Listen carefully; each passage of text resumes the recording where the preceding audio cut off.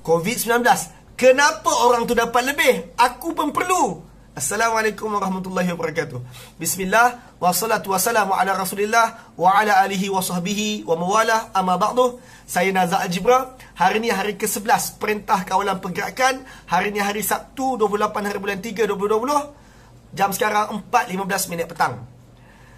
Semalam kita telah mendengar perbentangan daripada Yang Amat Berhormat Perdana Menteri tentang pakej rangsangan ekonomi prihatin rakyat.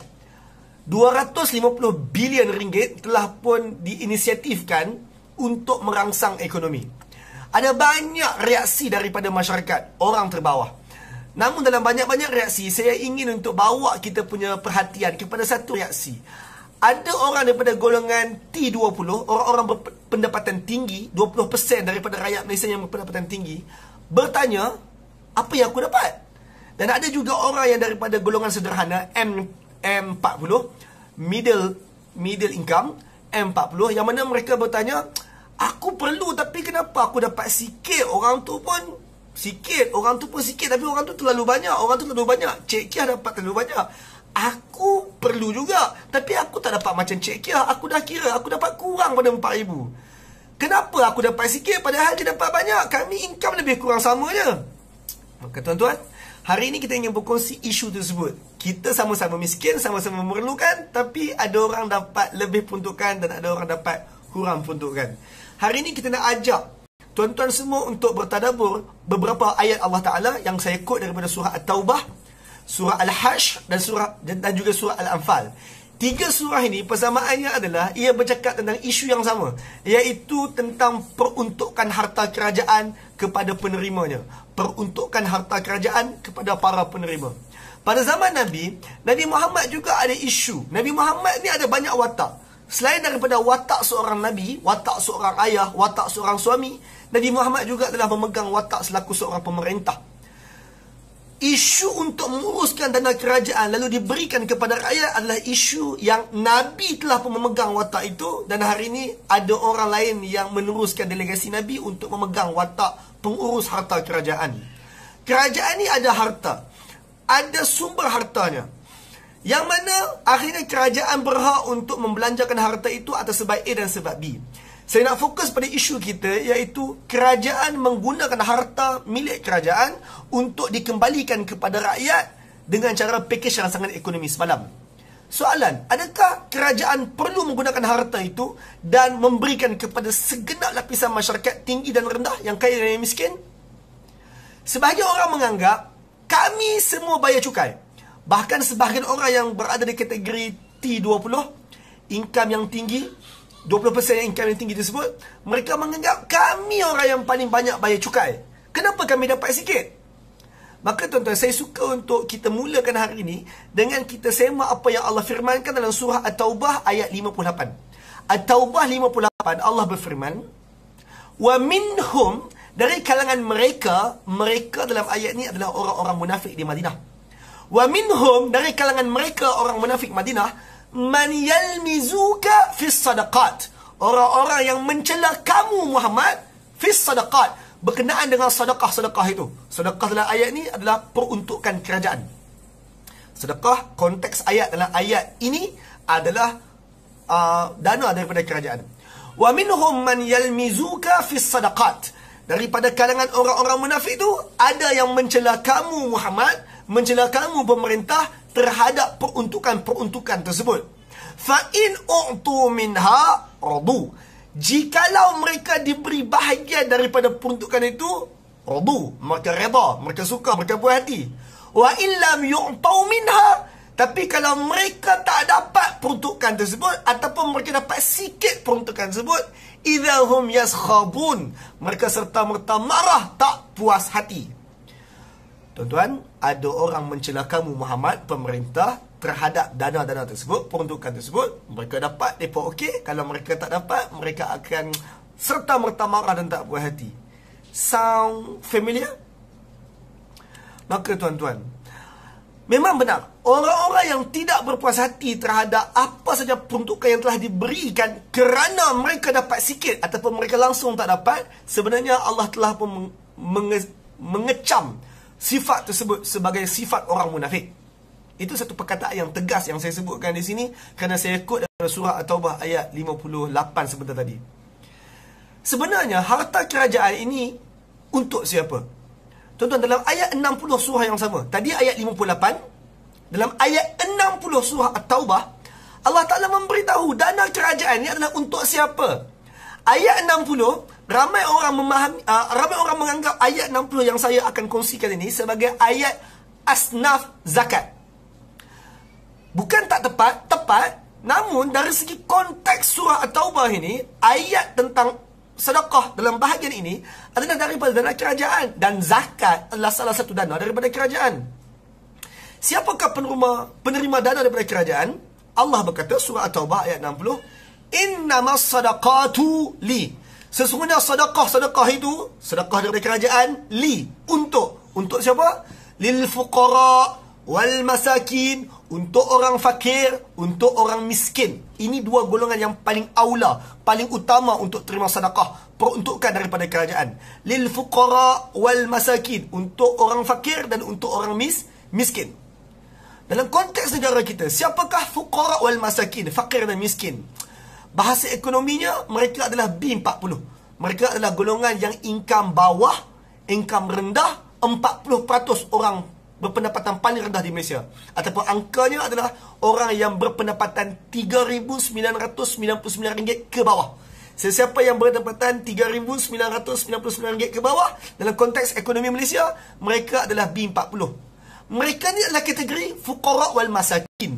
Sebab itulah golongan-golongan fuqara wal masakin ini, mereka dapat bantuan perhatian nasional yang paling tinggi, RM1,600.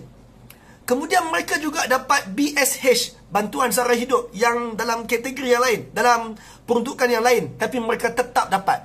Bantuan perhatian nasional ini tidak menafikan ataupun tidak memansuhkan BSH yang mereka dapat sebelum ni. Mereka dapat paling banyak. Dan kenapa mereka dapat paling banyak? Kerana peruntukan daripada kerajaan memang utamanya untuk lil fuqara wal masakin, untuk orang fakir dan untuk orang miskin. Terdapat golongan M40, orang yang middle class income, 40% daripada rakyat Malaysia middle class income. Mereka mungkin tak fakir, tapi mereka miskin, masih lagi dapat bantuan perhatian nasional RM1,000. Sebab itulah mereka diutamakan. Dan itu antara benda yang paling awal diumumkan oleh Tan Sri Muhyiddin semalam. Kemudian siapa lagi yang wajar dapat, yang Allah peruntukkan untuk dapat harta kerajaan? Allah kata yang ketiga, wal amilina 'alaiha, golongan yang tuan-tuan memanggilnya sebagai amil, golongan pemungut harta-harta kerajaan tersebut. Secara umumnya dalam konteks kita hari ini adalah pegawai-pegawai kerajaan. Pegawai kerajaan adalah pemungut harta daripada rakyat, pemungut cukai, pemungut zakat daripada rakyat. Mereka antara orang yang dikategorikan sebagai amil, orang-orang si pemungut. Maka Allah membenarkan amil, pemungut-pemungut, kaki tangan kerajaan untuk mendapat daripada dana tersebut. Justru itu dalam konteks semalam, kerajaan mengumumkan ada bantuan RM500 tambahan kepada golongan yang grade 56 ke bawah, kaki tangan kerajaan. Grade 56 ke bawah bukan tinggi, income mereka rendah, bererti mereka miskin. Tetapi oleh kerana mereka miskin dan pegawai kerajaan, mereka dapat ekstra RM500.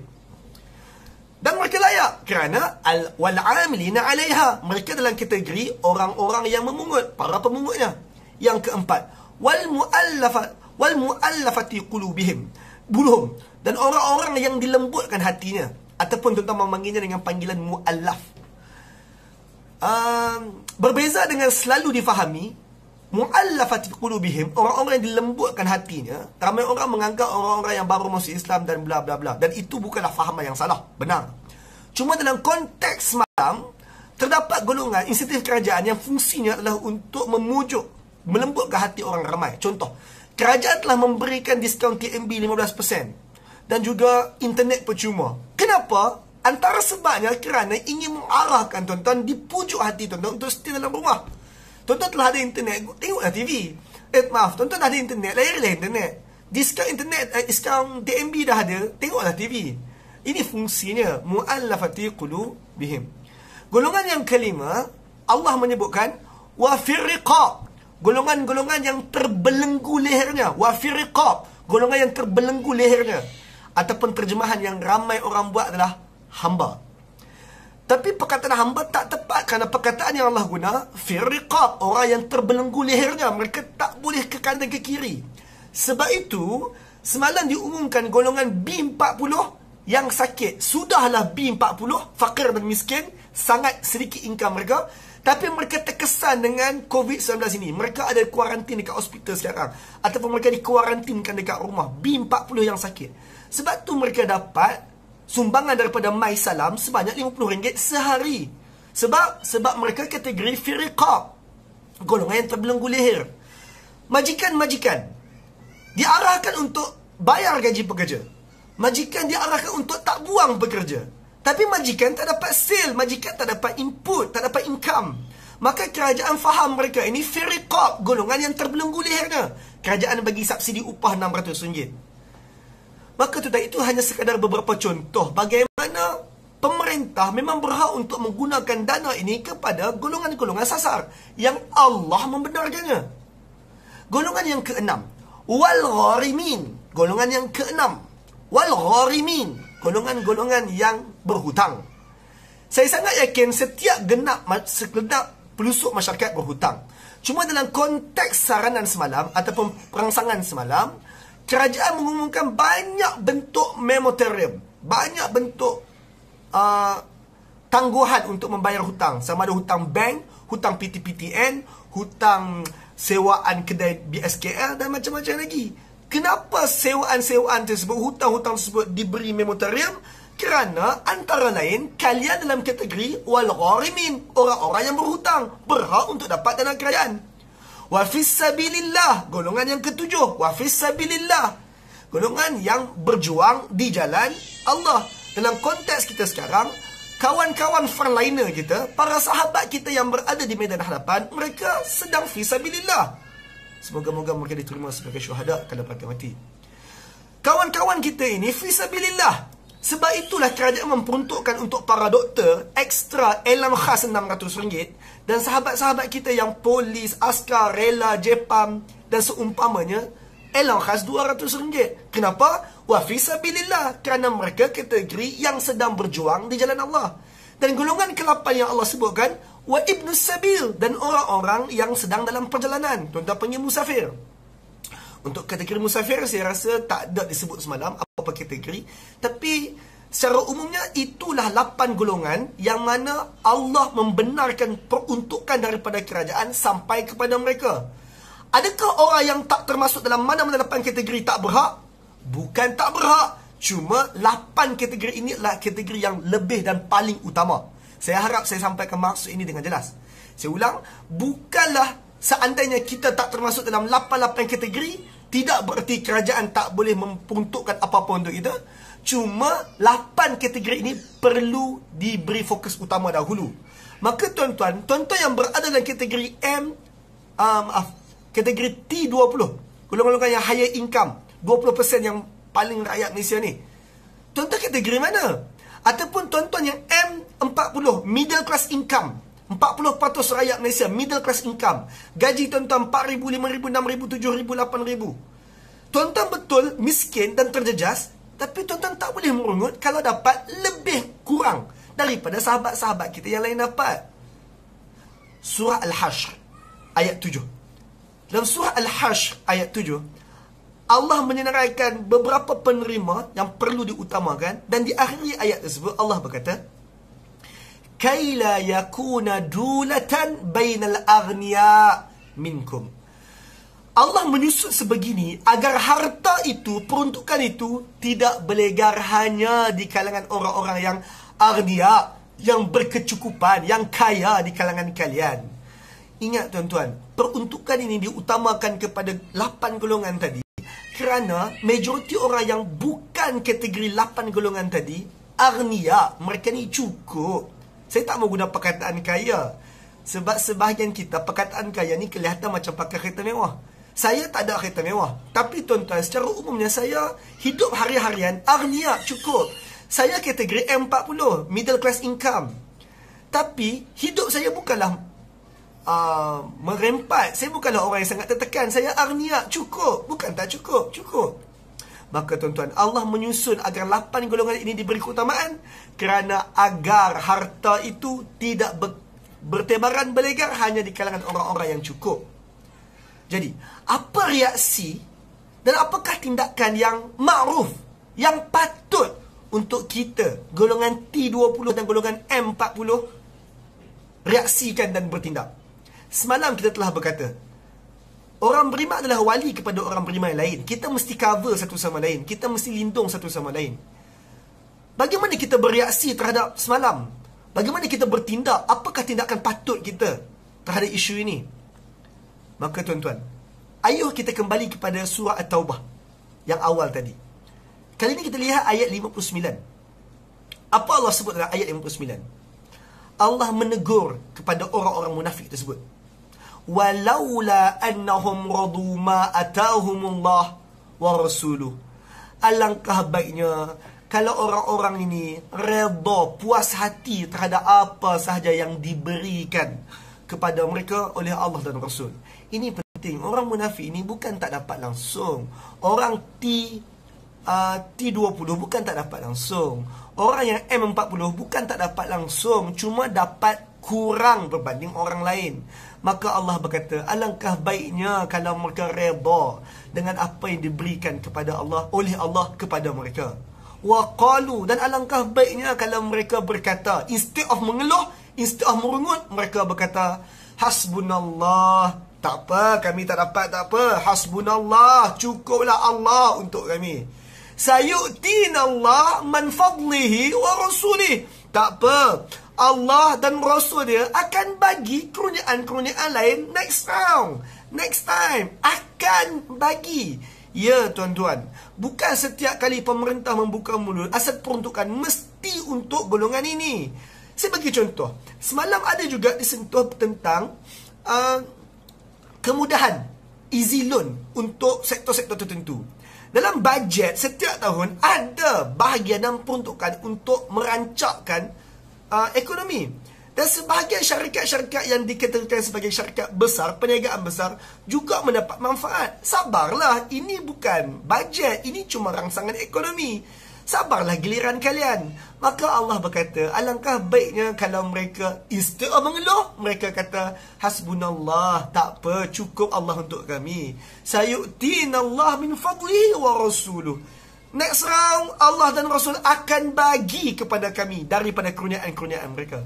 Inna ilallah raribun. Sesungguhnya hanya kepada Allah kami bergantung harap. Tentu ini tindakan yang patut untuk orang-orang yang cukup, yang berkecukupan untuk buat. Pendek kata, bersyukur. Allah kan ada. Dalam surah Al-Hashr, kita semak ayat 9. Allah menyebut dalam surah Al-Hashr, yuhibbuna man hajara ilaihim. Allah memuji orang-orang Ansar. Ansar adalah golongan yang penduduk asal Madinah. Allah memuji orang-orang Ansar apabila Nabi memperuntukkan, ataupun lebih tepat Allah memperuntukkan lebihan peruntukan untuk muhajirin. Muhajirin adalah golongan yang, saya guna istilah, pendatang. Golongan yang pendatang. Mereka hijrah, mereka asalnya duduk di Mekah, mereka masuk Islam, mereka pindah ke negara Islam, iaitu Madinah. Ansar penduduk asal Madinah, muhajirin pendatang. Dari segi status ekonomi, golongan muhajirin, mereka status ekonomi mereka adalah lebih rendah. Mereka lebih banyak fakir, mereka lebih banyak miskin, mereka lebih banyak itu dan lebih banyak ini. Kesimpulan, mereka dapat lebih banyak peruntukan. Adakah semua rakyat Madinah yang asal, Bumi Putra, adakah semua rakyat asal Madinah itu kaya-kaya semua? Tak. Ada Ansar yang miskin juga. Tapi apa Allah sebut tentang Ansar-Ansar ini? Allah kata, yuhibbuna man hajara ilaihim. Orang-orang Ansar ini Allah suka. Mereka buat apa? Yuhibbuna man hajara ilaihim. Mereka sayang kepada orang-orang yang hijrah datang ke negara mereka, ke negeri mereka. Allah memuji Ansar kerana Ansar ada perasaan sayang kepada orang yang menerima manfaat lebih banyak daripada dana kerajaan tersebut. Kita cukup, kita hendaklah sayang orang yang kerajaan berikan dana yang lebih kerana mereka saudara kita kan. Wala yajiduna fi sudurihim hajah mimma utu.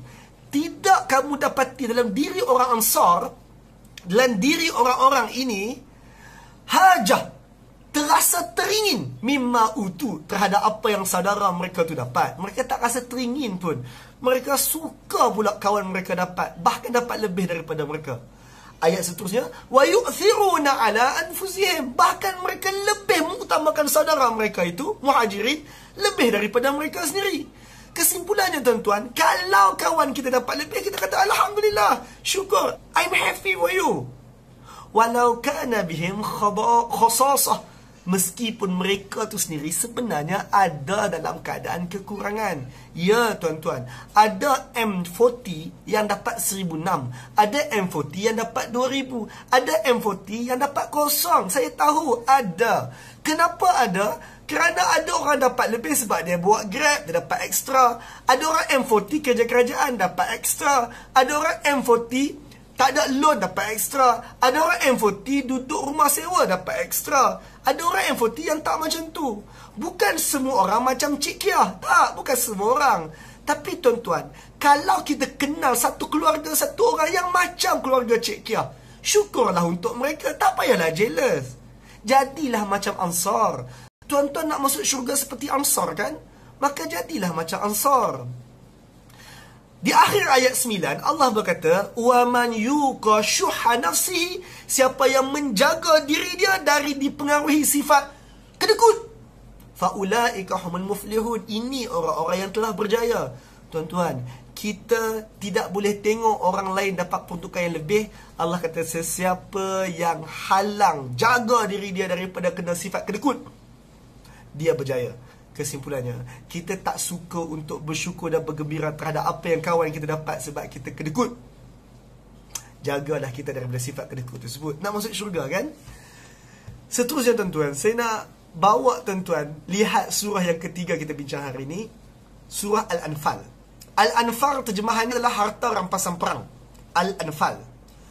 Dalam surah Al-Anfal, sejak ayat 1 lagi, saya bagi setting dulu. Surah Al-Anfal ini adalah apabila para sahabat menang perang Badar, para sahabat mula claim, teringin-ringin harta itu dan harta ini.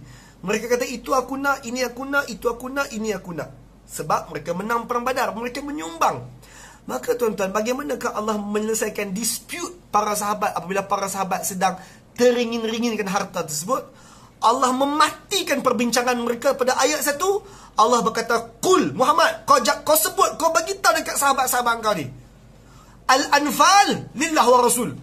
Seluruh Al-Anfal itu, seluruh harta itu milik Allah dan Rasul. Korang tak nak share, korang senyap. Seluruh harta itu milik Allah dan Rasul. Korang tak nak share, senyap. Ataupun dalam konteks kita hari ni, seluruh harta itu adalah milik kerajaan. Kau diam.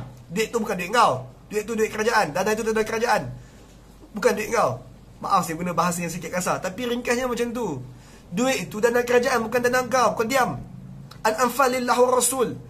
Harta rampasan perang tu milik Allah dan Rasul semuanya. So apa kita nak buat? Allah sambung, fattaqullah.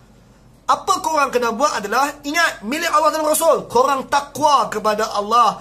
Wa aslihu zata bainikum. Yang patut kalian buat, perbaiki keadaan sesama kalian. Korang tahu tak, kerana kalian membicarakan bab harta ini, kalian mula merasa benci kepada jiran kalian kerana dia dapat lebih. Kalian mula rasa iri hati terhadap saudara kalian kerana dia dapat lebih. Kalian mula merasa benci, mengutuk-ngutuk orang lain yang mungkin dia sama dengan kita dari segi income, tapi dia dapat lebih.